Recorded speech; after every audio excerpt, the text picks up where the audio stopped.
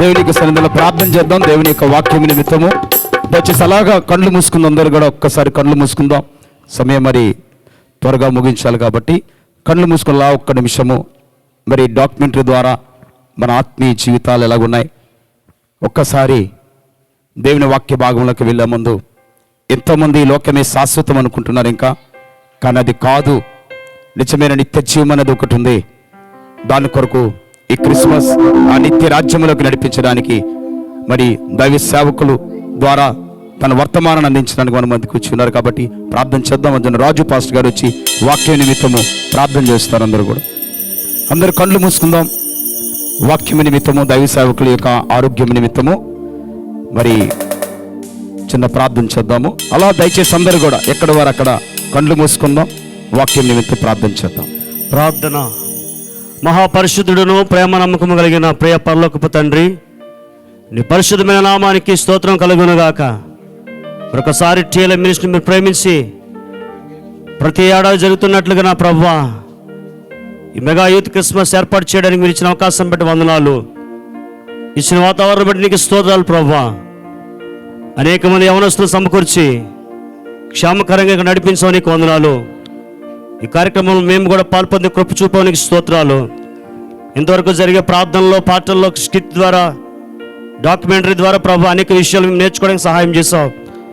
మరి ముఖ్యంగా ప్రభు మా ఆధ్యాత్మిక జీవితాల్లో ఈ భయంకరమైన దినాల్లో, ప్రమాదకరమైన దినాల్లో నా ప్రభు ఏర్పాటు చేయబడిన వారు సైతం పడిపోతున్న దినాల్లో మేము ఎలాగ బ్రతకాలో, ఎలాగ జీవించాలో, మా ఆధ్యాత్మిక జీవితంలో ఎలా నిలబడాలో నీ వాక్కును మాకు పంపించండి.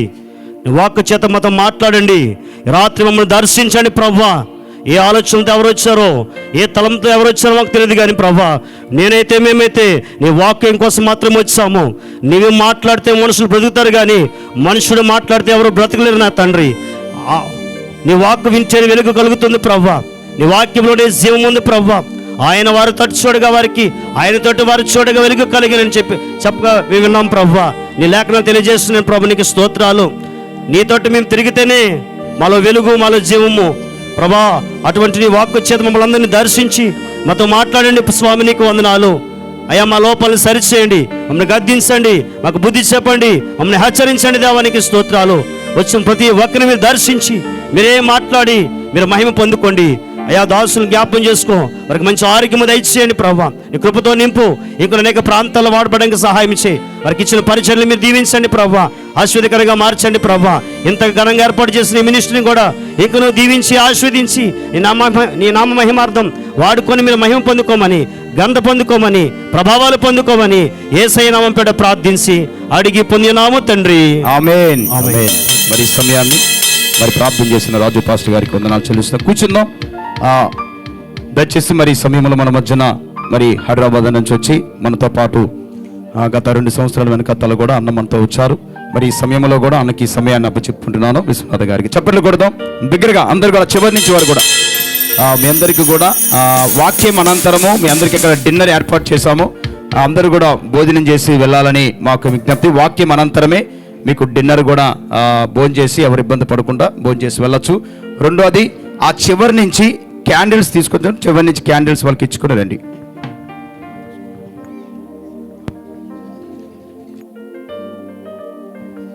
ఒకసారి గట్టిగా చప్పట్లు కొట్టి ప్రభు అయిన యేసుక్రీస్తు వారిని కనపరుద్దాం.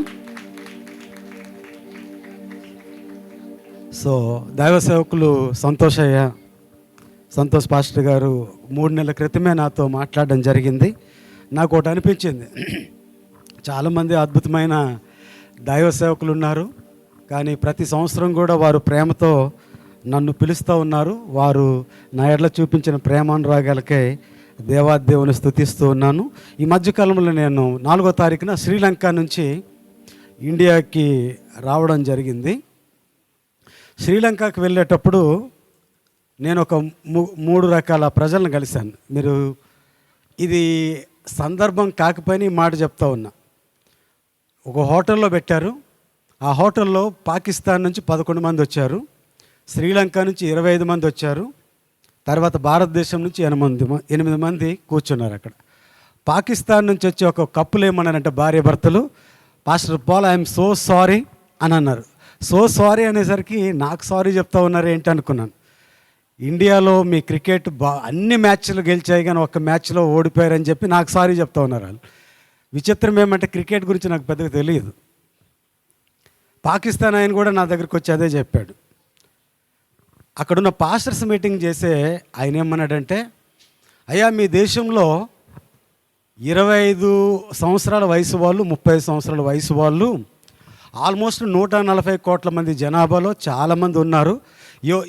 యువర్స్ ఈజ్ యంగ్ ఇండియా అని అన్నారు. జపాన్లో అంట యవ్వనస్తుల గురించి, పెళ్ళిళ్ళ గురించి చాలా ఇబ్బంది పడుతూ ఉన్నారు. నేను చైనాకి వెళ్ళేటప్పుడు అదే ప్రాబ్లం చెప్పారు. జపాన్లో కూడా అదే ప్రాబ్లం ఉంది. కానీ భారతదేశమును యేసుక్రీస్తు వారు ప్రేమిస్తూ ఉన్నాడు కనుక ఇది చాలా అద్భుతమైన దేశంగా ఉంటూ ఉంది. యవ్వనస్తులు ఎక్కువగా ఉన్న దేశం ఇది. సో ఈరోజు నేను క్రిస్మస్ గురించి కొన్ని విషయాలు మాత్రమే చెప్పి త్వరగా ముగించడానికి ఇష్టపడుతూ ఉన్నాను. 1969 సంవత్సరంలో ఈ మధ్యకాలంలో బాగా తిరిగి నాకు రాత్రికాల సమయం నుంచే I lost my voice, but somehow I want to keep up my health. Pastor Rajesh గారు కూడా he was so concerned about my health, but somehow ఇది ఎట్లయినా కొద్దిసేపు అయినా మీరు జాగ్రత్తగా వినాలని ఆశపడుతూ ఉన్నాను. 1969లో అమెరికా దేశం మొట్టమొదటిసారిగా అపోలో అనే ఒక ర్యాకెట్ని చంద్రుడి మీదకి పంపించడానికి ప్రయత్నం చేశారు. దాంట్లో ఎంతమంది ఉన్నారో నాకు తెలియదు కానీ కొంతమంది 8 మంది అంటారు. నాకు తెలిసిన 2 పేర్లు అంటే ఆల్డ్రిన్ ఒక ఆయన, నీల్ ఆర్మ్స్ట్రాంగ్ అనే ఒక ఇద్దరు. వీళ్ళు ఈ చంద్రమండలం మీదకి వెళ్ళే సందర్భంలో టీవీల ముందు కూర్చున్నారు. అక్కడ బిల్లీ గ్రహాం గారు ఉన్నారు, అమెరికా అధ్యక్షుడు నిక్సన్ కూర్చున్నారు. వాళ్ళు ఆ రాకెట్ వెళ్తూ ఉంది. అతి సమీపంగా వెళ్ళే సందర్భంలో చాలా ఎక్సైట్మెంట్ ఉందన్నమాట. ఎందుకంటే అక్కడ వాతావరణం ఉండదు కదా.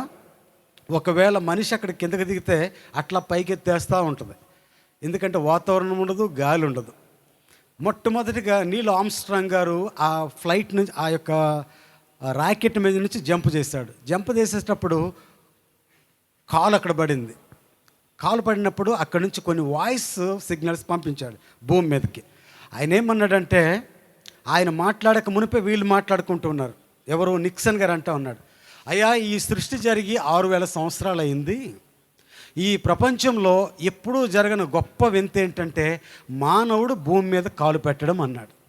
అప్పుడు బిల్లీ గ్రహాం గారు సాత్వికుడు గనక నిక్సన్ గారి దగ్గరికి వెళ్ళి ఇట్లా ట్యాప్ చేశాడు, ఇట్లా కొట్టి, అయ్యా డోంట్ బీ సో ఎక్సైటెడ్, మీరు చాలా సంతోషపడుతూ ఉన్నారు కానీ దీనికంటే అద్భుతమైన సంగతి భూమి మీద ఒకటి జరిగింది. అదేమంటే సాక్షాత్తు దేవుడే భూమి మీదకి శరీరధారిగా వచ్చి భూమి మీద అడుగుపెట్టాడని చెప్పాడు. చెప్పడం తెలుస్తుందాం. 2 గొప్ప దినాలు. చంద్రుడి మీద మానవుడు కాలు పెట్టడం గొప్పతనం కాదు, దేవుడే ఈ భూమి మీద కాలు పెట్టడం. 2 ఆ దేవుడే మీ గురించి నా గురించి మరణించను. కనుక ఈ విషయాన్ని మనం గుర్తు చేసుకునేటప్పుడు ఈరోజు మనం క్రిస్మస్ సెలబ్రేట్ చేసుకుంటూ ఉన్నాం. చరిత్ర 2 భాగాలుగా విభజించబడింది. ఒకటి క్రీస్తు పూర్వము, 2వది క్రీస్తు శకం. జీవితంని 2 రకాలుగా. మా బాబుకి 14 సంవత్సరాలు.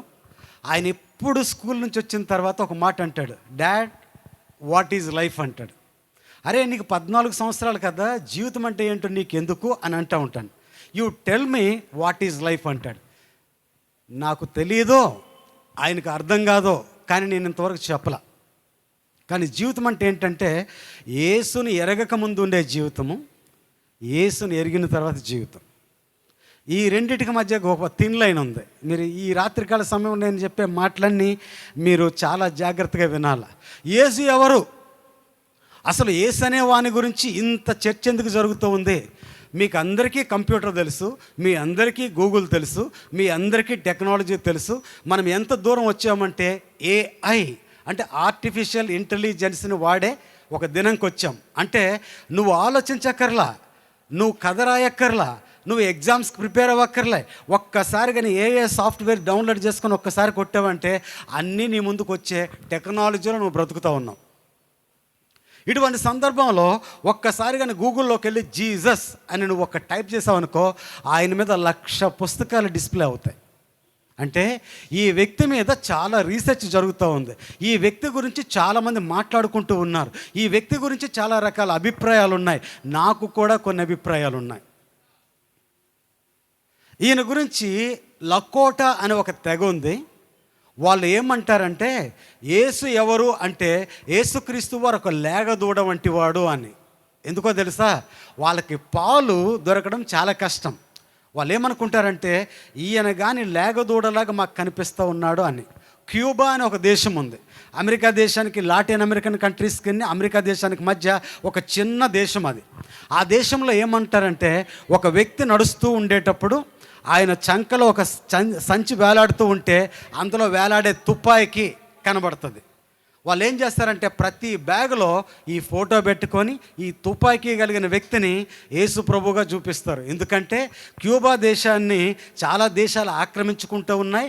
గన్ను ద్వారా మనం కాపాడుకోవాలా, యేసుక్రీస్తు వరకు ఆయుధం పట్టుకున్న ఆయుధుడిలాగా వాళ్ళు చూస్తారు. తర్వాత ఫ్రెంచ్కి ఇంగ్లాండ్కి యుద్ధం జరుగుతున్న సమయంలో ఆంగ్లేయులు ఏమన్నారంటే, బ్రిటిష్ వారు ఫ్రెంచ్ వారిని చూసి యుద్ధాలు బాంబులు పేల్చుకునే సందర్భంలో వాళ్ళు ఏమన్నారంటే మీ ఫ్రెంచ్ వారు పోపు, యేసుక్రీస్తు వారు మా జాతి వాడు అన్నారు. అలా గట్టిగా అరిచి వాళ్ళు యుద్ధం చేసుకుంటూ ఉన్నారు. నేను ఎందుకు ఈ మాటలు చెప్తూ ఉన్నానంటే యేసుక్రీస్తు వారిని తమకు నచ్చినట్లు ఊహించుకుంటూ ఉన్నారు, నచ్చినట్లు ఆపాదించుకుంటూ ఉన్నారు. భారతదేశంలో యేసుక్రీస్తు వారిని ఎట్లా చూస్తారో చూస్తాం. నార్త్ ఇండియాలో ఒకలాగా చూస్తారు, సౌత్ ఇండియాలో ఒకలాగా చూస్తారు, నార్త్ ఈస్టర్న్ స్టేట్స్లో ఒకలాగా చూస్తారు. యేసుని మతంతో ముడిపెడతారు, యేసుని విదేశాలతో ముడిపెడతారు. నా జీవితంలో కూడా యేసుక్రీస్తు వారి గురించి ఒక గొప్ప రీసెర్చ్ చేయడం జరిగింది. మాది శ్రీకాకుళం జిల్లా. మాది ఒక చాలా చిన్న ఊరు. నేను ఇంతకుముందు వచ్చినప్పుడు కొన్ని మాటలు చెప్పాను. మా ఊర్లో ఒక రామాలయం ఉండేది. ఆ రామాలయాన్ని ఎందుకో మూసేశారు, మాకు తెలియదు, నాకైతే తెలియదు. చాలా చిన్న పిల్లవాడిగా ఉండేటప్పుడు ఆ గ్రామస్తులందరూ మా నాన్నగారి దగ్గరికి వచ్చి, అయ్యా మన ఊర్లో పూజలు జరగట్లేదు, పునస్కారాలు జరగట్లేదు, యజ్ఞాలు జరగట్లేదు, యాగాలు జరగట్లేదు, అర్చనలు జరగట్లేదు, వారాలు జరగట్లేదు, తర్వాత ఇవన్నీ జరగట్లేదు కాబట్టి గుడి కట్టించండి అని చెప్పారు. ఆ రోజుల్లో మేమేమి కోటీశ్వరులం కాదు, కానీ పెద్ద డబ్బులు లేవు, కానీ కొన్ని భూములు ఉన్నాయి, కొంత బంగారం ఉంది, కొంచెం పరపతి ఉంది, కొంచెం పలుకుబడి ఉంది. మా నాన్నకి మా అమ్మ తరపున వచ్చిన ఆస్తి ఉంది కాబట్టి ఒక దుర్గాలయం కట్టించాడు మా ఊర్లో. అక్కడే పూజలు జరిగాయి. మా అమ్మకు కూడా పసుపు నీళ్ళతో స్నానం చేయించి ఆమెకు కూడా పూజలు చేస్తూ ఉండేవాళ్ళు. అటువంటి కుటుంబంలో నేను పుట్టాను. నా పేరు విశ్వనాథం. అంత మాత్రం కొంతమంది ఏమనుకుంటారంటే పేరు విశ్వనాథం, వాళ్ళకి గుడి ఉంది కాబట్టి పంతులు అనుకుంటారు, లేకపోతే పురోహితులు అనుకుంటారు. అదేమీ లేదు. ఆ రోజుల్లో డబ్బులు ఉన్నాయి, కట్టించారు అంతే. నా కులం మీద రీసెర్చ్ చేయక్కర్లా, నా మతం గురించి కూడా రీసెర్చ్ చేయక్కర్లా. ఎందుకంటే కులము మతము దీంతో అసలు సంబంధమే లేదు. వాళ్ళు డబ్బులున్నాయి, గుడి కట్టించారు, అక్కడే పూజలు జరుగుతూ ఉన్నాయి. ఈరోజు నేను వాక్యం చెప్తూ ఉన్నాను కదా, ఈరోజు కూడా ఆ ఆలయానికి మేమే ధర్మకర్తలుగా ఉంటాం. ఎందుకంటే అన్ని పొలాలు పోయినాయి, మా ఆస్తులు పోయాయి, మా అంతస్తులు పోయినాయి, మా పొలాలు పోయినాయి, మా పేరు పోయింది, అంతా పోయింది, కానీ ఎకరం స్థలం మాత్రం ఉంది. ఎందుకంటే ఆ గుడిని అమ్ముకోలేరు కనుక. అటువంటి కుటుంబంలో పుట్టేటప్పుడు నాకు 5 సంవత్సరాల వయసు అనుకుంటా, 6 సంవత్సరాల వయసు అనుకుంటా, మా అమ్మ చచ్చిపోయింది. అప్పుడు కొన్ని మాటలు నేను విన్నా. నాకున్న దేవుడిచ్చిన నాకు ఒకే ఒక గొప్ప ఇదేమంటే memory. I have great memory. ఒక ఆయన ఒక ఖమ్మం జిల్లాలో ఒక ఆయన అంటాడు, సార్ మా అందరి చిప్పుల కంటే మీ చిప్పు చాలా పెద్దదే అని. This is a little bigger than the other people. So he always reminded me like that. అంటే మీకు ఎక్కువ జ్ఞాపక శక్తి ఉంది సార్ అని చెప్తూ ఉంటాడు. నాకు చిన్నతనంలో ఏమనేవాళ్ళంటే, నన్ను చూసి ఎంత బాగా బతికారు వీళ్ళు, ఈ ఊరికి ఎంత మేలు చేశారు వీళ్ళు, మన ఊరు వెళ్తే ఇప్పుడు గుడి కట్టించింది వీళ్ళే, వీడు పుట్టిన తర్వాత వీళ్ళ అమ్మ చచ్చిపోయింది, ఎలా బతుకుతాడు, దిక్కులేని పిల్లవాడైపోయాడని చెప్పి నన్ను చూసి అయ్యో అనుకునేవాళ్ళు. కొంతమంది ఏమనుకున్నారో తెలుసా, వీళ్ళ ఇద్దరు అన్నలు పర్వాలేదు కానీ ఈయన మాత్రం ఏమవుతాడో తెలియదు అని నా వైపు చూసి, వీళ్ళ నాన్న చచ్చిపోయి వీళ్ళ అమ్మ బతుకుంటే బాగుండు, వీడు బతుకు బాగుండేది అన్న. తర్వాత ఏమైందంటే, వీడు అచ్చ వీళ్ళ అమ్మలాగా ఉన్నాడు కాబట్టి అమ్మని తినేశాడని చెప్పి ఆడిపోసుకున్న వాళ్ళు కూడా ఉన్నారు. ఇంకా కొందరు ఏమన్నారంటే, వీడు నష్టజాతకుడు అన్నారు, దురదృష్టవంతుడు అన్నారు. తర్వాత నాకేమనిపించిందంటే, ఈ భూమికి భారంగా నేను పుట్టాననిపించింది. నేను అనుకున్నాను, ఈ భూమి మీద ఎవడైనా దురదృష్టవంతుడు ఉన్నాడు అంటే నేనే. ఎందుకంటే దిక్కులేని పిల్లవాడిలాగా పెరుగుతూ ఉన్నాను అని అనిపించింది. మా పెద్దమ్మ మా పెదనాన్నలు పెరుగుతూ ఉన్నారు, పెంచుతూ ఉన్నారు. 10వ తరగతి 7వ తరగతి అయిపోయింది. మా ఇంట్లో నేను ఒక్కడనే చదువుకున్నాను 7వ తరగతి వరకు. 10వ తరగతి చదివేటప్పుడు వెంటనే నాకు ఆలోచన ఒకటి వచ్చింది. నిజంగా దేవుడు ఉన్నాడా? నిజంగా దేవుడు ఉంటే అందరికీ తల్లిదండ్రులు ఉన్నారు, అందరికీ అమ్మలు ఉన్నారు, నాకెందుకు అమ్మ లేదని ఒక ప్రశ్న.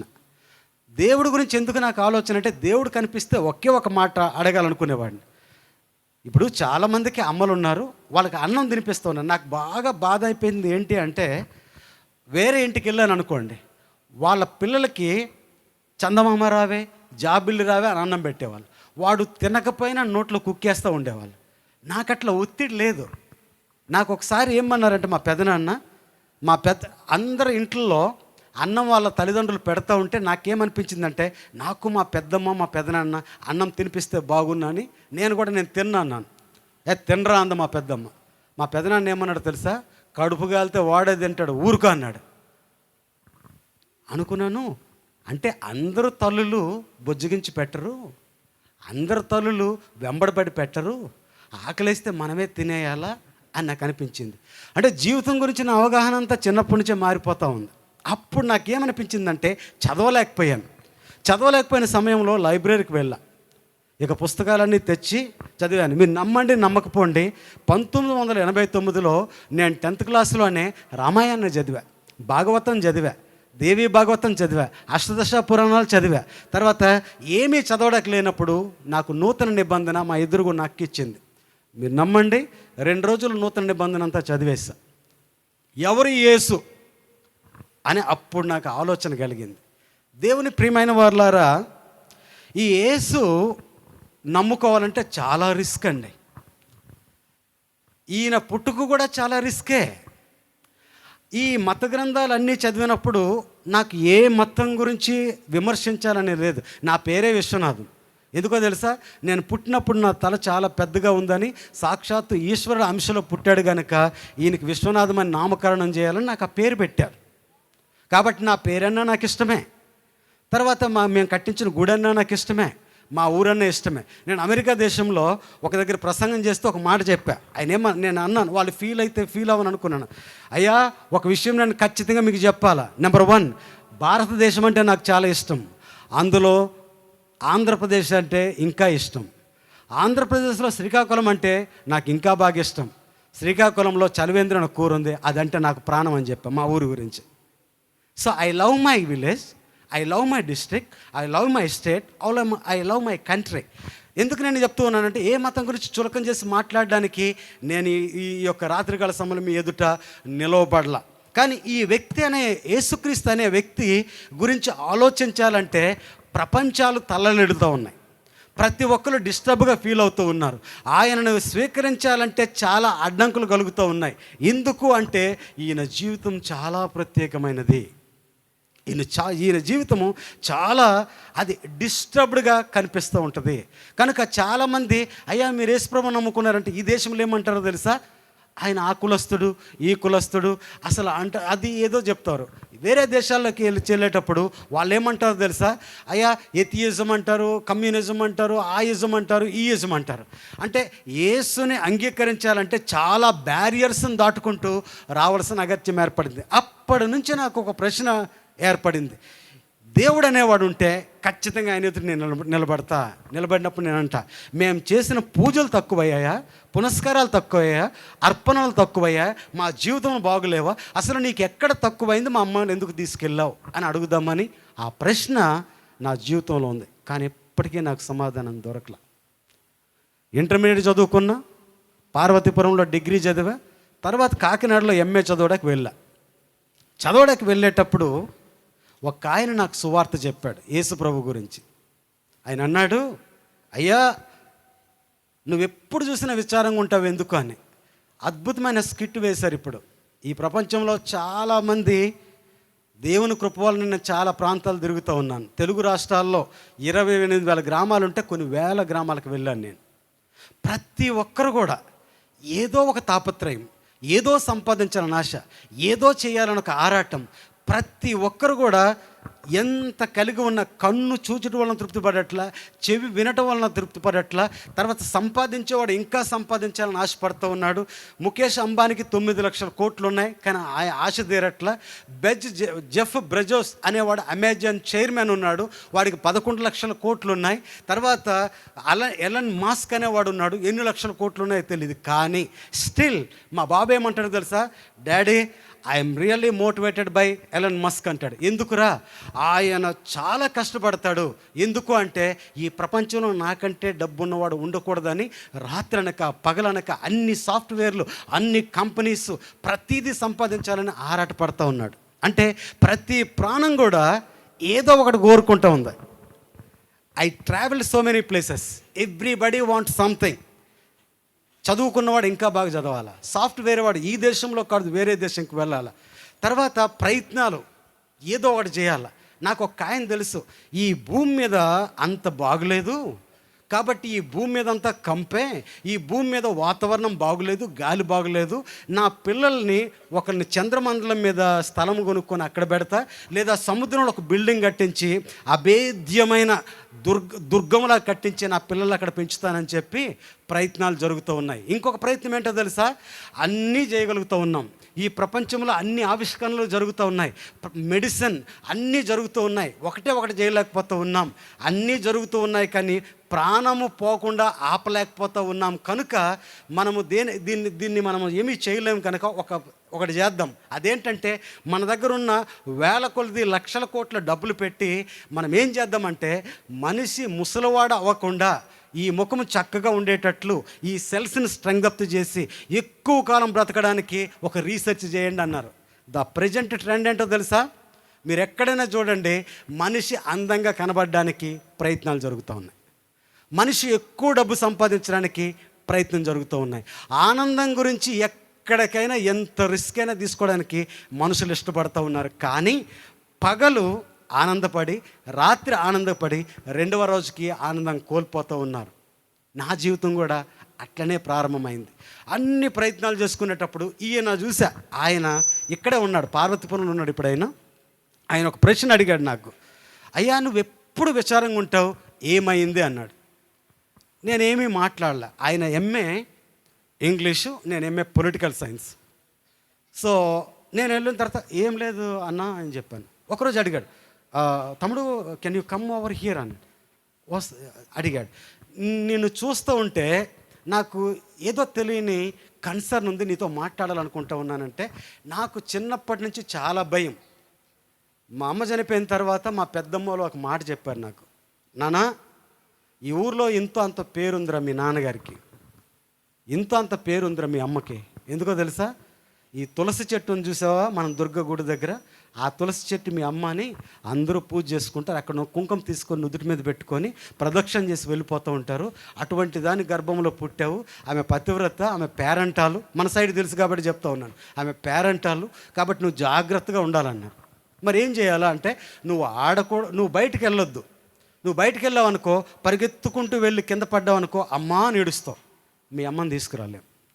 లేదా ఆడి సంతోషంలో ఎవడైనా నిన్ను కొట్టినా లేకపోతే నువ్వెవడైనా కొట్టినా వాడు మీ అమ్మని తిడతాడు. మీ అమ్మని తిడితే మాకు చాలా బాధ, ఎందుకంటే ఆమె దేవత కనుక అని అంటే, అప్పటి నుంచి ఆట లేదు పాట లేదు. అందుకే నాకు ఆట రాదు, క్రికెట్ గురించి నాకు తెలియదని మీకు కింద చెప్పా. ఎందుకు నాకు తెలియదంటే, ఏ ఆట ఆడలేదు, ఏ పాట పాడలేదు. నా జీవితంలో ఒకే ఒక ఆట వచ్చేది, అదేంటంటే పుస్తకాలు చదువుకోవటం. అందుకే మీరు కానీ మా ఇంటికి వస్తే కొన్ని లక్షల రూపాయల పుస్తకాలు ఉంటాయి, తప్పితే నా జీవితంలో ఏమీ లేదు. అందుకే ఎప్పుడు విచారమే, ఆడితే కదా సంతోషం, పాడితే కదా సంతోషం, సినిమాలకు వెళ్తే కదా సంతోషం, షికార్లకు వెళ్తే సంతోషం, బూతు మాట్లాడితే కదా సంతోషం, రాత్రిపూట అటు ఇటు తిరిగితే కదా సంతోషం, టీవీల దగ్గర కూర్చుంటే కదా సంతోషం, సోషల్ మీడియాలో కూర్చుంటే సంతోషం కదా. వీటన్నిటికీ దూరం అయిపోవడం కారణం ఏమంటే, నీకంటూ ఒక జీవితం ఉంది, నీ సంతోషం ఏమంటే ప్రజలతో కలవకపోవటమే అని నాకు నేర్పించాడు. అందుగురించే జీవితము చాలా డల్గా వెళ్ళిపోతూ ఉంది. అప్పుడు అనిపించింది, ఇది కూడా ఒక బ్రతికేనా, ఇది కూడా ఒక జీవితమేనా. అన్నీ బతుకుతూ ఉన్నాయి, జంతువులు కూడా బతుకుతూ ఉన్నాయి, నాజిక్కి వాటికి పెద్ద తేడా ఏం లేదనిపించేది. అందులోనే మతం మీద చాలా ఆసక్తి కలుగుతూ ఉంది.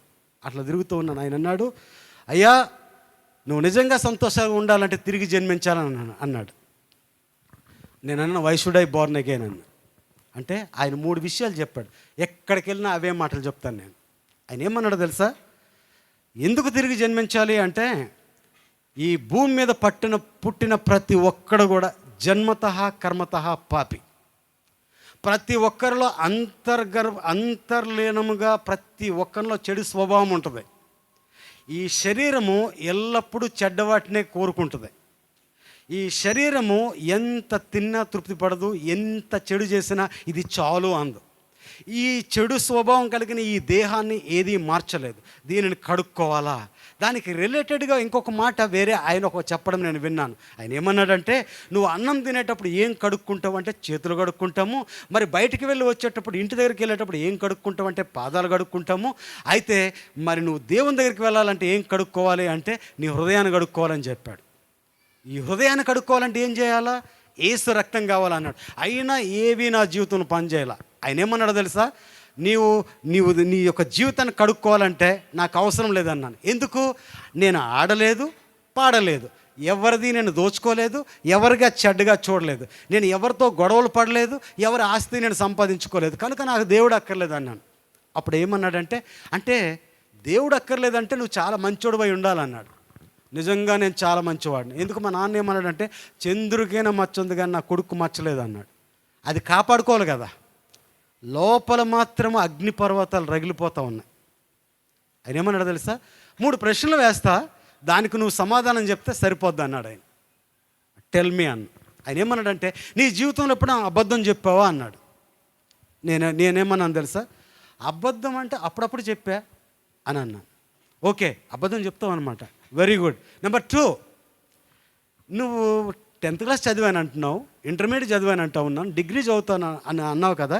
మీ ఇంట్లో తెలియకుండా సినిమాలకు వెళ్ళడం కానీ, లేకపోతే రోడ్డు మీద వెళ్ళేటప్పుడు పోస్టర్లు చూడడం కానీ, లేకపోతే ఆడపిల్లలను చూసేటప్పుడు నీ చూపులు కానీ యథార్థముగా భక్తిగా ఉన్నాయి అన్నాడు.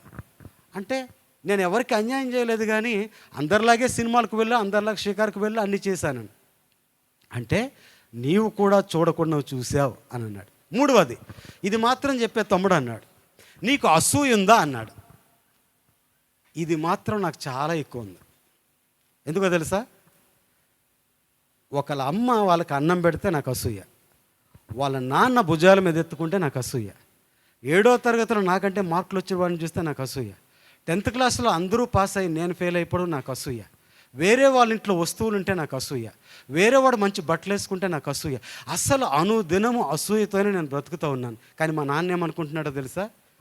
చెడు మాటలు లేవు, బాగా చదువుకుంటూ ఉన్నాడు, చాలామందికి ఉపయోగపడుతూ ఉన్నాడు, అసలు వీడి మీద కంప్లైంట్స్ లేవు, ఇంత మంచి పిల్లవాడు నా కడుపులో పుడితే బాగున్నాడు చాలామంది లేడీస్ అంటూ ఉన్నారు, నా కడుపులో ఇంత మంచి కొడుకు పుట్టాడని ఈయన ఆనందపడుతూ ఉన్నాడు. కానీ నా జీవితంలో ఇన్ని లోపాలు ఉన్నాయి. ఆయన ఏమన్నాడో తెలుసా?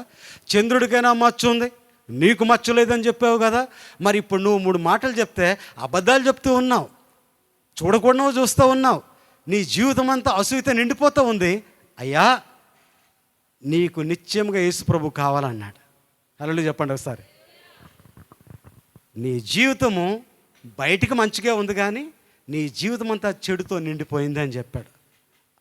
వెంటనే నా జీవితం అంతా తెర మీద కనబడినట్లు కనిపించింది. వెనక్కంతా చూసుకుంటే నా పాపపు జీవితం అంతా కనపడింది. దేవుని ప్రియమైన వారలారా, యేసును అంగీకరించడం అంటే ఎంత స్ట్రగుల్, అప్పుడు స్ట్రగుల్ అవుతూ ఉన్నాను. కళ్ళంబడి నీళ్ళు వస్తూ ఉన్నాయి, ఏదో తెలియని దూది పింజలాగా ఎగిరిపోతూ ఉన్నట్లు అనిపించింది. అప్పుడు మోకరించడం జరిగింది. కానీ ఒక స్ట్రగుల్, అదే 2000 సంవత్సరాలకు పూర్వము జరిగింది. ఇప్పుడు చెప్తా, వాక్యంలో 2-3 విషయాలే, ఎక్కువ నేను మీకు చెప్పను. కానీ యేసుక్రీస్తు వారు ఈ భూమి మీద పుట్టడానికి చాలా రిస్క్ చేసుకున్నాడు. సాక్షాత్తు దేవుడే. మనుషులు, నేను చంద్రబాబు నాయుడు గారి గవర్నమెంట్లో నన్ను CMAY ఆఫీసర్గా పెట్టారు. దేవుని మహాకృపను బట్టి ఆ రోజుల్లో నా చదువు గురించి కూడా మీకు చెప్పాలా. యవ్వన బిడ్డలు ఇక్కడ చదువుకున్న వాళ్ళు చాలామంది ఉన్నారు కనుక నేను 35 సంవత్సరాలు చదువుకున్నా. 35 సంవత్సరాలు చదువుకున్నానంటే అంత చదువు ఏం చదివావు అబ్బా అంటే ఒకే ఒక మాట చెప్తా, భారతదేశంలో నేను చదువుకోవడానికి చదువు లేనంత చదువు దేవుడు నాకు ఇచ్చాడు. హల్లెలూయా చెప్పండి. మీరు చదివితే మాకేంటి అనుకుంటున్నారేమో. చదువుకొని యవ్వనస్తులకు చెప్తా ఉన్నా, చదువుకున్న బిడ్డలకు నేను ఎంకరేజ్ చేయడానికి చెప్తా ఉన్నా. నేను దేవుడు లేక యేసుప్రభుని నమ్మలా, చదువు లేక యేసుప్రభుని నమ్మలా. ఇందులో ఆయన నిజమైన దేవుడని నిరూపించబడ్డాడు కనుక నేను నమ్ముతా ఉన్నా. ఇది వాస్తవం కనుక నేను నమ్ముతా ఉన్నాను. అది ఎట్లా వాస్తవమో 2-3 మాటల్లో చెప్పి నేను ముగించాలని ఆశపడుతూ ఉన్నాను. It is very risk. అన్ని మత గ్రంథాల్లో ఏముంటుందంటే దేవుని దగ్గరకు వెళ్ళాల. నేను సీఎంఏ ఆఫీసర్గా ఉండేటప్పుడు శాస్త్రి గారు అని ఒక ఆయన ఉన్నాడు. ఆయన ఏమనుకున్నాడంటే ఈయన పేరు విశ్వనాథము, అప్పటికే కొన్ని కీర్తనలు ఈ పాటలన్నీ నాకు వచ్చు. ఆ పాటలు పాడేటప్పుడు ఏమనుకున్నాడంటే ఖచ్చితంగా ఈయన బ్రాహ్మణుడై ఉంటాడు, హిందూ కుటుంబంలో పుట్టి ఉంటాడు, కాబట్టి ఈయన నాతో పాటు తీసుకెళ్ళాలని చెప్పి తిరుపతి వెళ్ళాలన్నా, వేమన గారి మఠంకి వెళ్ళాలన్నా, పుట్టపర్తి సాయిబాబా దగ్గరికి వెళ్ళాలన్నా నాకు ఏమీ అవసరం లేకుండా జడ్ కేటగిరీలో తీసుకెళ్లారు. నేను దర్శనంకి వెళ్ళాలి అంటే ఒక 3 రోజులు పడుతుంది, కానీ నాకైతే 3 నిమిషాలు అయిపోయింది గన్మ్యాన్స్తో. అట్లాంటి పరిస్థితుల్లో దేవుని ప్రియమైన వారిలో ఎందుకు ఇది చెప్తూ ఉన్నానంటే తీర్థయాత్రలు చేయటం వలన, భక్తి చేయటం వలన, పూజలు చేయటం వలన, పునస్కారాలు చేయటం వలన, దాన ధర్మాలు చేయటం వలన, బలులు అర్పించటం వలన, దీని వలన పుణ్యం వచ్చి పరలోకానికి వెళ్తామని చాలామంది అనుకుంటారు. మా నాన్న కూడా నాకు అదే బోధించాడు, నేను కూడా అది అభ్యాసం చేశా. కానీ దీనివల్ల నాకు ఎప్పుడూ సంతోషం కలగలేదు. కానీ యేసు నా సొంత రక్షకుడు అన్న తర్వాత నా హృదయంలో కలిగిన నెమ్మది అంత ఇంత కాదు. దేవుని ప్రియమైన వారలారా, యేసును నమ్ముకున్న తర్వాత నా చదువు ఆగలేదు, నా హైట్ పెరగల, నా రంగు మారలేదు, కానీ నా జీవితం పరిపూర్ణంగా మారింది. నా బ్రతుకంతా బాగుపడింది, నా జీవితంలో ఉన్న దుఃఖమంతా పోయింది. ఇప్పటి వరకు నేను సంతోషంగానే ఉన్నాను. దేవుని నామానికి మహిమ కలుగును గాక. యేసు మన ఆదాయం పెంచేవాడు అని కాదు, యేసు మన స్థితిగతులను మార్చుతాడని కాదు, యేసు మన జీవితాలు మార్చేవాడు, యేసు మన బ్రతుకులు మార్చేవాడు. ఆయన పరలోకానికి యోగ్యమైన రీతిగా నిన్ను నన్ను తయారు చేసి ఆయనతో పాటు తీసుకువెళ్ళేవాడు. కనుక ఆయనంటే చాలామంది డిస్టర్బ్ పడతారు. మొట్టమొదటిగా God took risk to send Jesus Christ to this world. ఎందుకంటే నువ్వు తీర్థయాత్రలు చేయటం వలన, భక్తి చేయటం వలన నువ్వు పరలోకానికి వెళ్ళలేవు. దేవుడే సాక్షాత్తు భూమి మీదకి రావాల్సిన అగత్యం ఏర్పడింది. దీని గురించి వీరులు ఒక స్కిట్లో చూపినట్లు 700 యేసుక్రీస్తు వారు పుట్టక మునుపు 725 సంవత్సరాల క్రితమే దీని గురించి ఒక ప్రవచనం చెప్పబడింది. ప్రియులారా, నేను ఒక రీసెర్చ్లో చదివా. మా బాబు దాని మీద ఒక రీసెర్చ్ చేస్తూ ఉన్నాడు. ఆయన ఏమన్నాడంటే క్వాంటమ్ థియరీ అని ఒకటి ఉంది, స్పేస్లో చాలా గొప్ప సంగతులు ఉన్నాయి. 6000 సంవత్సరాల గడిచిన ఈ చరిత్రలో మనిషి చంద్రుని గురించి, గ్రహాల గురించి, నక్షత్రాల గురించి తెలుసుకున్నది చాలా తక్కువ. ఈ ప్రపంచంలో చాలా ఎక్కువ తెలుసుకోవాల్సి ఉన్నది. ఈ భూమి చాలా ప్రత్యేకమైనది అని చెప్పాడు. దీని గురించి ఫిలిప్ అనే ఒక ఆయన రీసెర్చ్ చేసి ఒక 2 దేవదూతలు మాట్లాడుకోవటము చూశాడంట. 2 దేవదూతలు ఈ యొక్క స్పేస్లో తిరుగుతూ ఉన్నారంట. నక్షత్రాలు, కాంతి సంవత్సరము, తర్వాత రకరకాల గెలాక్సీస్ చూస్తూ ఉన్నారంట. ఈ చిన్న దేవదూత, పెద్ద దేవదూత అన్నీ వాండర్ చేసుకుంటూ నవగ్రహాలను తిరుగుతూ ఉన్నారంట. అంతలో భూమిని చూశారంట. భూమిని చూసేసరికి అది నల్లగా, మసిలాగా, పెద్ద ఇంపుగా లేదు. మీరు ఒకవేళ కానీ చంద్రుడి మీదకి వెళ్ళారనుకోండి, చంద్రుడి మీద నిలబడి భూమిని చూస్తే భూమి 4 రెట్లు పెద్దగా ఉంటుంది. చంద్రుడి మీద నుంచి భూమిని చూసేటప్పుడు డార్క్గా ఉంటుంది. చంద్రుడు కూడా లైట్ ఉండడు, ఎందుకంటే సూర్యుని కాంతి చేత అది వెలుగుతూ ఉంటుంది కనుక. ఇటువంటి భూమిని అది చూసేటప్పుడు చిన్న దేవదూత ఏమందంటే పెద్ద దేవదూత ఉన్నారంట. ఆ భూమి మీదకి మనం వెళ్ళి ఒకసారి చూడాలంటే చిన్న దేవదూత అందంట, ఎందుకులే, అది చాలా మసిగా ఉంది, మట్టిగా ఉంది, పనికిమాల దానిలాగా ఉంది, దాని వైపు చూస్తే ఏంటి, చూడకపోతే ఏంటి అందంట.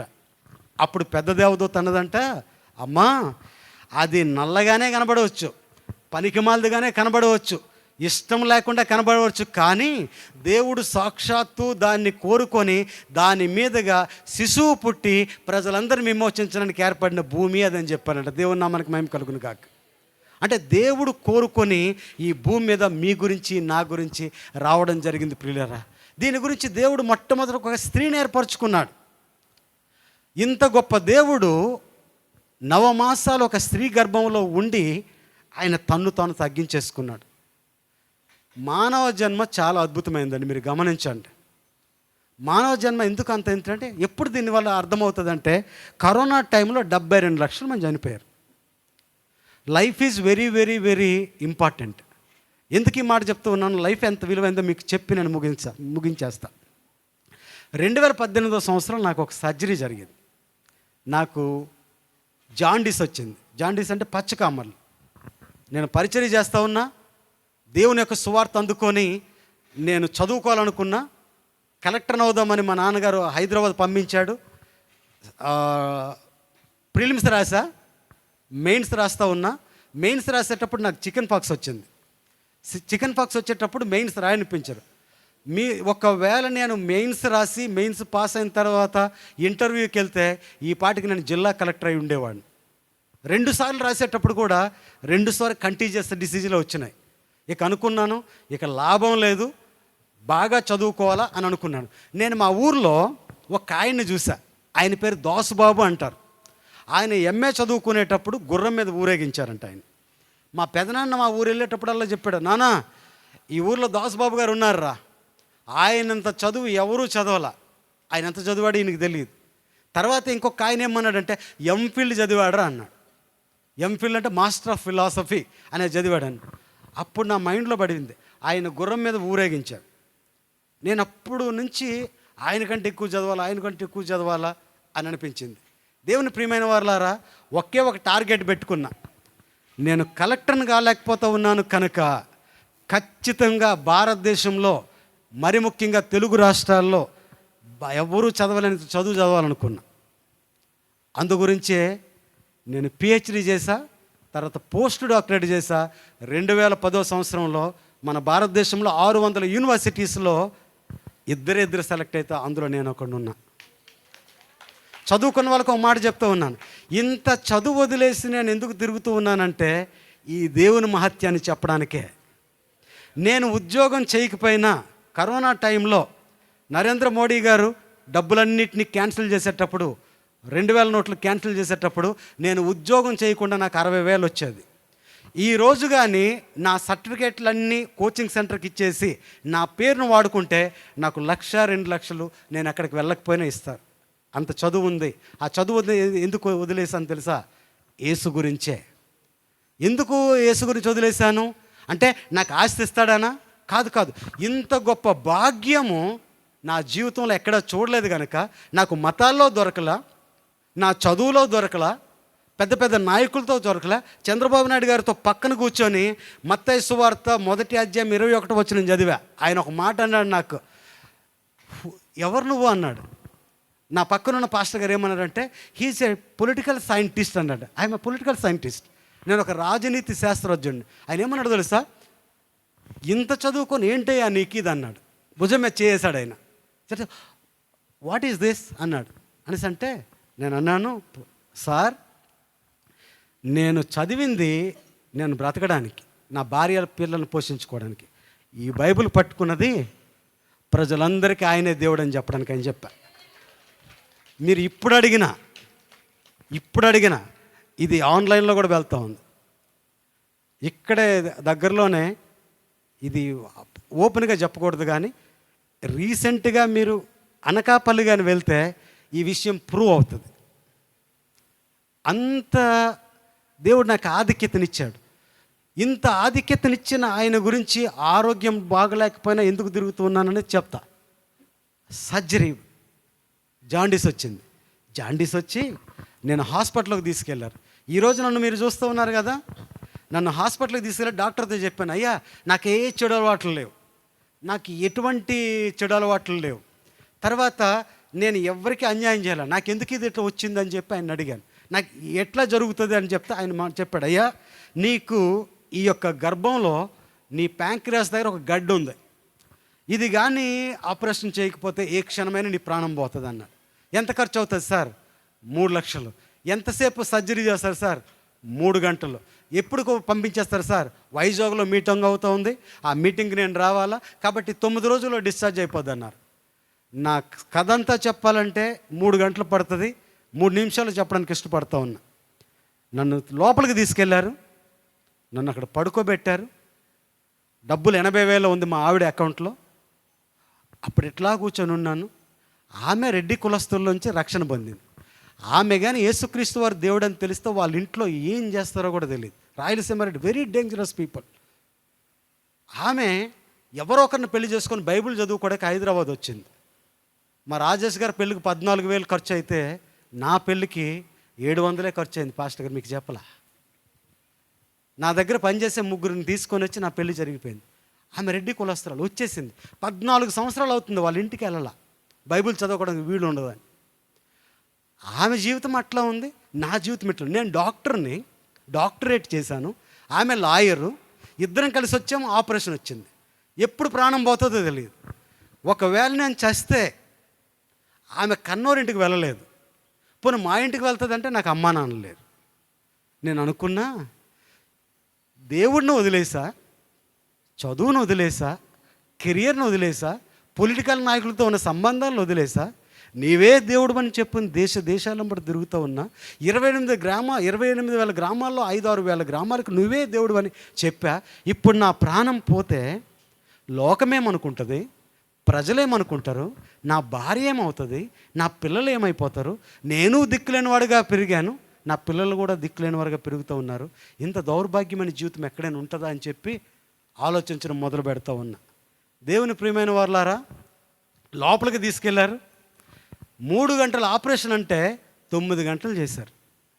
6 గంటలకు నా బాడీని తీసుకెళ్ళి సాయంత్రం 6 గంటలకు ఇచ్చారు. నా పెద్ద పేగు సగం కట్ చేశారు. యూరినల్ గాల్ బ్లాడర్ మొత్తం తీసేశారు. నాకు ఇక్కడి నుంచి ఇక్కడి వరకు 36 కుట్లు పడినాయి. నా ఆపరేషన్ అర్థం కాక నా ప్యాంక్రియాస్, షుగర్ వ్యాధి రాకుండా కాపాడే ప్యాంక్రియాస్ సగం కట్ చేశారు. వీటన్నిటిలో ఇంకా ప్రాణం పోదు. ఎందుకు బ్రతుకుతూ ఉన్నానో తెలియదు. ఇప్పటికీ మీరు ఏఏజే అని ఒక హాస్పిటల్ ఉంది హైదరాబాద్లో, అది పంజాగుట్లో ఉంటుంది. అక్కడ మెడికల్ టీం అంతా నేను ఎందుకు బతుకున్నాను ఇప్పటికి కూడా స్టడీ జరుగుతూ ఉంది. 7 ఫైల్స్. రాత్రి 2 గంటలు అయ్యేటప్పుడు బాధ తట్టుకోలేక అందరూ ఏడుస్తూ ఉన్నారు.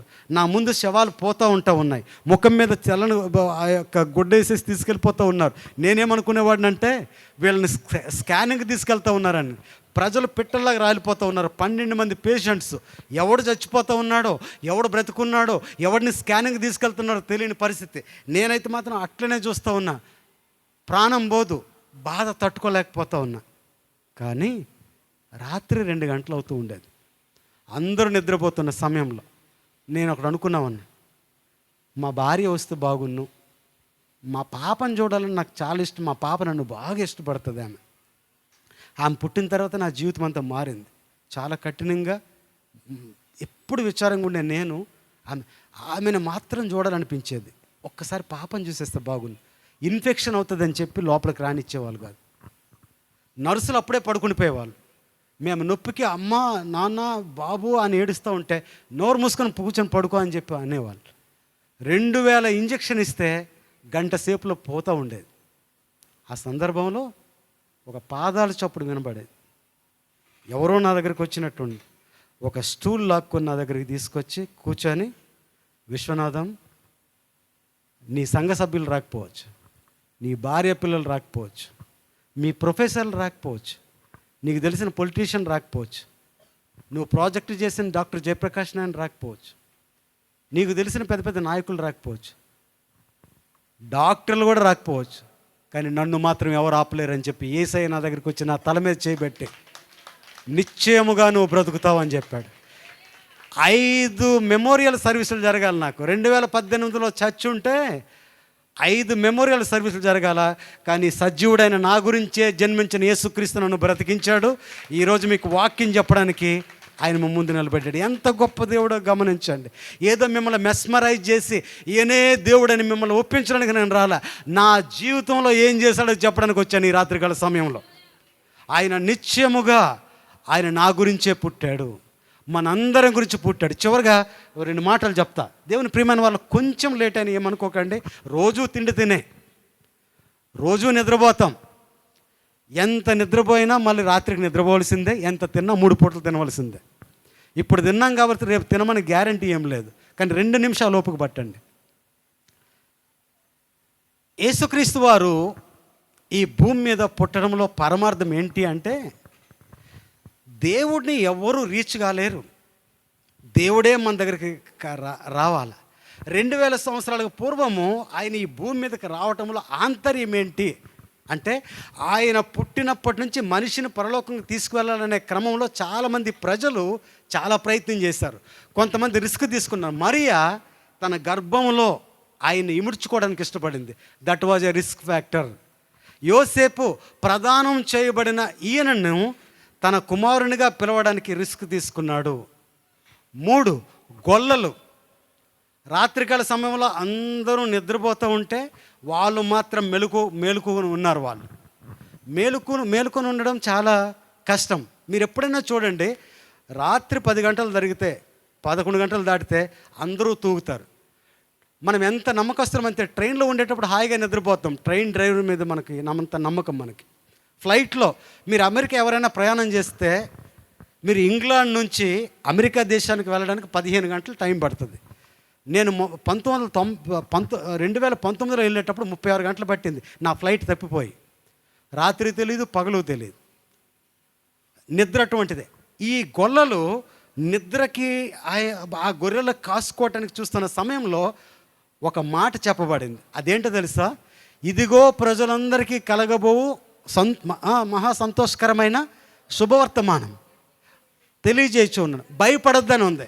ఇప్పుడు మీకు ఒక మాట చెప్పాలి. ప్రజలు అన్నీ ఉన్న భయం మాత్రం ఉంది. అమెరికాలో ఒక స్టడీ జరిగింది. 500 మంది మీద స్టడీ చేశారు. ఈ భూమి మీద ఎన్ని రకాల భయాలు ఉన్నాయో తెలుసా? 7 రకాల భయాలు. జాగ్రత్తగా వినండి. 7 kinds of fears. 500 మంది 700 మీద స్టడీ.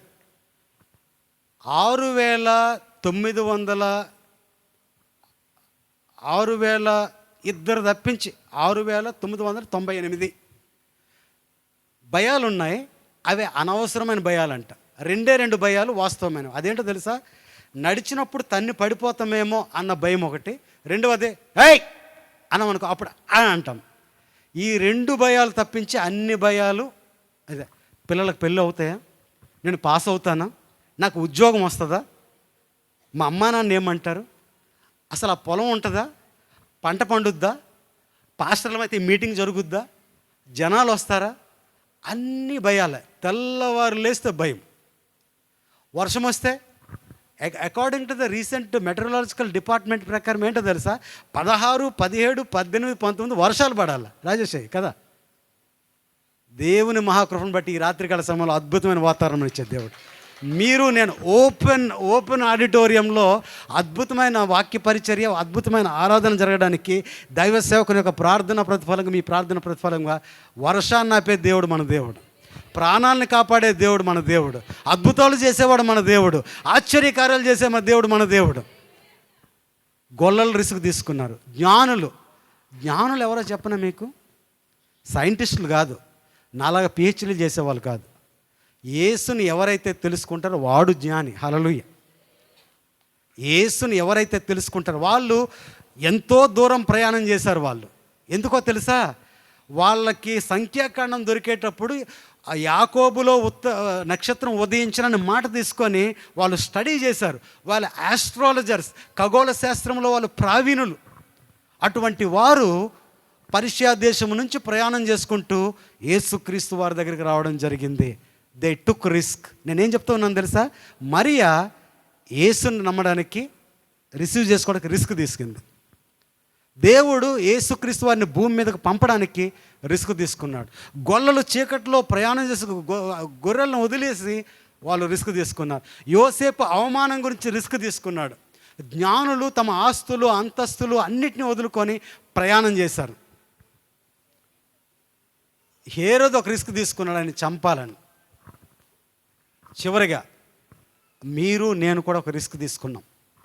అదేంటి అంటే యేసు దేవుడని అంగీకరించడానికి. ఎంత రిస్క్ అంటే, చైనా దేశంలో యేసుప్రభుని నమ్ముకుంటే చంపేస్తారు, ఇరాన్ దేశంలో ఆయన నమ్ముకుంటే చంపేస్తారు. నువ్వు ఏదైనా మాట్లాడు, యేసు గురించి మాట్లాడితే చాలామంది ఒప్పుకోరు. ఎందుకో తెలుసా? యేసుప్రభుని నమ్ముకుంటే సినిమాలు చూడకూడదంట కదా, యేసుప్రభుని నమ్ముకుంటే వ్యభిచారం చేయకూడదంట కదా, యేసుప్రభుని నమ్ముకుంటే మోసం చేయకూడదంట కదా, యేసుప్రభుని నమ్ముకుంటే అది చేయకూడదు ఇది చేయకూడదంట కదా. ఇవన్నీ అయిపోయిన తర్వాత చేద్దామని చెప్పి యేసును వద్దనుకుంటూ ఉన్నారు, యేసుని ఇష్టపూర్వకంగా దూరం పెడతా ఉన్నారు. తాగుబోతోడికి ఒరే నువ్వు తాగకరా అని చెప్పడానికి ఇష్టపడరు. తిరుగుబోతోడికి తిరక్కరా అని చెప్పరు. కానీ యేసుప్రభుని నమ్ముకుంటే నమ్ముకోకరా అని చెప్తారు. ఆత్మకు పనికొచ్చేదాన్ని ఇష్టపూర్వకంగా పక్కన పెడతా ఉన్నారు. శరీరాన్ని పాడు చేసేదాన్ని ఆపడానికి ఎవరు ఇష్టపడట్లా. అందుకే రిస్క్. యేసుప్రభుని తెలుసుకోవడం యవ్వన బిడ్డలకైతే చాలా కష్టం. నాకు ఒక అమ్మాయి తెలుసు, అంటే ఆ అమ్మాయి గురించి నేను విన్నా. ఆమె ఇట్లనే మీటింగ్కి వచ్చి 3 రోజుల మీటింగ్స్. ప్రతిరోజు దైవసేవకుడు చెప్తూ ఉన్నాడు, అమ్మా యేసుక్రీస్తు వారు నీ గురించి జన్మించాడు, యేసుక్రీస్తు వారు నీ గురించి ప్రాణం పెట్టాడు, యేసుక్రీస్తు వారు నీ పాపాలన్నింటినీ తీస్తూ ఉన్నాడు. నువ్వు ఏ ప్రయత్నం చేయక్కర్లా, నువ్వు కొబ్బరికాయలు కొట్టక్కర్లా, ఊదిత్తులు ఇవ్వక్కర్లా, అరటిపళ్ళు ఇవ్వక్కర్లా, నీ కానుకలు ఇవ్వక్కర్లా, నువ్వు కోడిని చంపక్కర్లా, గొర్రెని చంపక్కర్లా, కేవలం నీ హృదయాన్ని ఇచ్చేయి, ఆయన నిన్ను స్వీకరిస్తాడు, నీ పాపాలన్నింటినీ ఒప్పుకో, అన్నిటినీ కడిగి వేస్తారని చెప్తే ఆమె నోట్స్లో ఏం రాసుకుందంట తెలుసా? నాట్ టుడే అని రాసి, ఈరోజు కాదు, నాట్ టుడే అని రాసుకొని బైబిల్లో పెట్టుకొని వెళ్ళేదంట. కాకినాడలో నేను విన్నా, జరిగింది కాదు. 2వ రోజు కూడా మీటింగ్ జరిగింది. సేమ్ డే అట్లనే ఆల్టర్ కాల్ ఇవ్వడం జరిగింది. 2వ రోజు కూడా నాట్ టుడే అని రాసిందంట. 3వ రోజు కూడా యేసుప్రభుని నమ్ముకుంటే నా ఫ్రెండ్స్ అందరూ ఏమనుకుంటారో, తెలిసిన వాళ్ళు ఏమనుకుంటారో, మా కులస్తులు ఏమనుకుంటారో, మా నెలవైన వాళ్ళు ఏమనుకుంటారో, అందులో కలిసిపోయేవా అని నేను యేసుప్రభుని నమ్ముకున్న మా నాన్నతో చెప్పినప్పుడు ఎట్లా అన్నాడు, నువ్వు కలెక్టర్ అవుతావని హైదరాబాద్ పంపిస్తే ఆయన నమ్ముకొని వచ్చావేంట్రా అని. అంటే నేనన్నా, నానా అమ్మ చచ్చిపోయింది, నువ్వు వదిలేసావు, జీవితంలో ఎప్పుడు తృప్తి లేకుండా గతిగాను, దీని గురించి మత గ్రంథాలన్నీ చదివా, ఎప్పటి లేని సంతోషము ఆ యేసులో కలిగింది, నువ్వు కూడా నమ్ముకున్నానని చెప్పా. ఆయన ఏమన్నాడు తెలుసా? ఈ ఊర్లో గుడి కట్టించా, రోజుకు 1000 మంది నుంచి 3000 మంది వరకు అదే దారిలోకి వెళ్తారు. వెళ్ళే వాళ్ళందరూ దండం పెట్టుకొని నందివర్ధన పువ్వులు, బంతి పువ్వులు అవన్నీ వేసి కుంకం పెట్టుకొని నుదుటి మీద తిలకం దిద్దుకొని వెళ్తూ ఉంటారా? రాజులు కొలవలేని దేవతను గుడి కట్టించిన దుర్గయ్య ఏం చేశాడు చూడు, గుడిని వదిలేసి మతంలో కలిసిపోయాడు అంటారా? నీ బ్రతుకు మారింది, నీ జీవితం మారింది, నువ్వు మారేవైతే మారావు, కానీ నేను మారలేనని చెప్పి ఆయన కూడా వద్దనుకున్నాడు. మా అమ్మకి నేను సువార్త చెప్పలేకపోయా, మా అమ్మ ఎట్లుంటుందో నాకు తెలియదు, తెలిసిన మా నాన్నకి సువార్త చెప్పా, ఆయన కూడా పక్కకు తోసేశాడు, ఈ అమ్మాయి కూడా పక్కకు తోసేసింది. మీటింగ్ నుంచి తిరిగి వెళ్తూ ఉంది ఆ పాప. ఇందాక మనం వీడియో చూసినట్లు ఒక లారీ వచ్చేసి ఆల్ ఆఫ్ సడన్గా కొట్టేసింది, ఎగిరి ఆ డివైడర్ కొట్టి తల తగిలి అక్కడే చనిపోయింది. చాలామంది పరిగెత్తుకుంటూ వెళ్ళారు, చూశారు, పక్కన బైబిల్ పడిపోయింది, పక్కన బైబిల్ నుంచి పేపర్. నాట్ టుడే, ఈరోజు కాదు, దేర్ ఈజ్ సమ్ డే, ఏదో ఒక రోజు ఉంటుంది, అప్పుడు నమ్ముకోవచ్చులే, జీవితం అంతా అనుభవించి నమ్ముకోవచ్చులే, అన్నిటినీ మనం చేసుకొని చేయొచ్చులే, ఇప్పుడు కాదులే ఇంకెప్పుడో అని చాలామంది పోస్ట్ పోన్ చేస్తూ ఉన్నారు. నా జీవితంలో మాత్రము ఎప్పుడైతే యేసు దేవుడు అని తెలిసిందో వెంటనే మోకరించి నా జీవితాన్ని నేను అప్పచెప్పా. నా జీవితం అంతా మారిపోయింది, నా బ్రతుకు మారిపోయింది, నా పద్ధతులు మారిపోయాయి, నా గమ్యం మారిపోయింది. ఈరోజు చచ్చిపోయినా 2018లో చచ్చిపోయినా నేనుండేది పరలోకంలోనే. ఒక్కసారి లేచి నిలబడండి. What about you? What about you? మరి మీ సంగతి అంటే అందరూ కళ్ళు మూసుకొని ఒక్కసారి పరిశీలన చేద్దాం. ఈ రాత్రికాల సమయంలో అందరూ కళ్ళు మూసుకోండి, ఎవరిని ఎవరు చూడదు. దేవుని ప్రియమైన వారలారా, నేను మతం గురించి బోధించడానికి ఇంత ప్రయాసపడలా. నేను ఇక్కడికి వచ్చే ముందు కూడా నా గొంతు బాగలా, కొద్దిసేపు మాట్లాడి మిమ్మల్ని చూసి మీ గురించి ప్రార్థన చేయాలని నేను ఆశపడ్డా. కానీ ఆయన కృప చూపించి కొద్ది మాటలు మీతో పంచుకోవడానికి దేవుడు నాకు సహాయం చేశాడు. దయచేసి గమనించండి.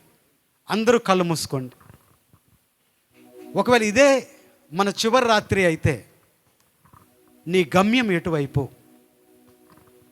చాలాసార్లు హృదయంలో సంతోషాన్ని, ఆనందాన్ని అనుభవించడానికి చాలా ప్రయత్నాలు చేస్తూ ఉన్నారు. కొంతమంది త్రాగటం ద్వారా, కొంతమంది తిరగటం వల్ల, కొంతమంది సోషల్ మీడియా ద్వారా, కొంతమంది టీవీల ద్వారా, కొంతమంది రకరకాల ప్రయత్నాలు చేస్తూ ఉన్నారు. కొంతమంది చదవటం ద్వారా, కొంతమంది సాఫ్ట్వేర్ల ద్వారా, కొంతమంది గొప్ప గొప్ప పదవుల ద్వారా ఎంత సంపాదించిన తృప్తి దొరకని జీవితంతో బ్రతుకుతూ ఉన్నారు. ఈ రాత్రికాల సమయంలో ఏ ఆశతో వచ్చావు, ఏ ఆకాంక్షతో వచ్చావు? మన జీవితంలో మార్చుకోవాల్సినవి చాలా ఉంటాయి. అశాశ్వతమైన వాటి మీద మనసు పెట్టవద్దు, శాశ్వతమైన వాటి మీద మనసు పెట్టాలి. ఈ భూమి మీద ఉన్నవన్నీ కూడా అశాశ్వతములైనవి. నువ్వు చూస్తున్నవన్నీ ఒకరోజు నశించిపోతూ ఉన్నాయి. ఇప్పుడు నువ్వు చూస్తున్న భూమి, ఇప్పుడు నువ్వు చూస్తున్న నక్షత్రాలు, ఇప్పుడు నువ్వు చూస్తున్న సూర్యుడు, ఇప్పుడు చూస్తున్న నువ్వు చంద్రుడు, నువ్వు తింటున్న తిండి, నువ్వు అనుభవిస్తున్నదంతా కూడా ఒకరోజు నిలిచిపోవలసిందే. నీ ఆత్మ చాలా విలువైనది. ఆ ఆత్మ రక్షణార్థము. బాబు మీరు మాట్లాడకండి అమ్మ, దయచేసి కొద్దిసేపు మాట్లాడకుండా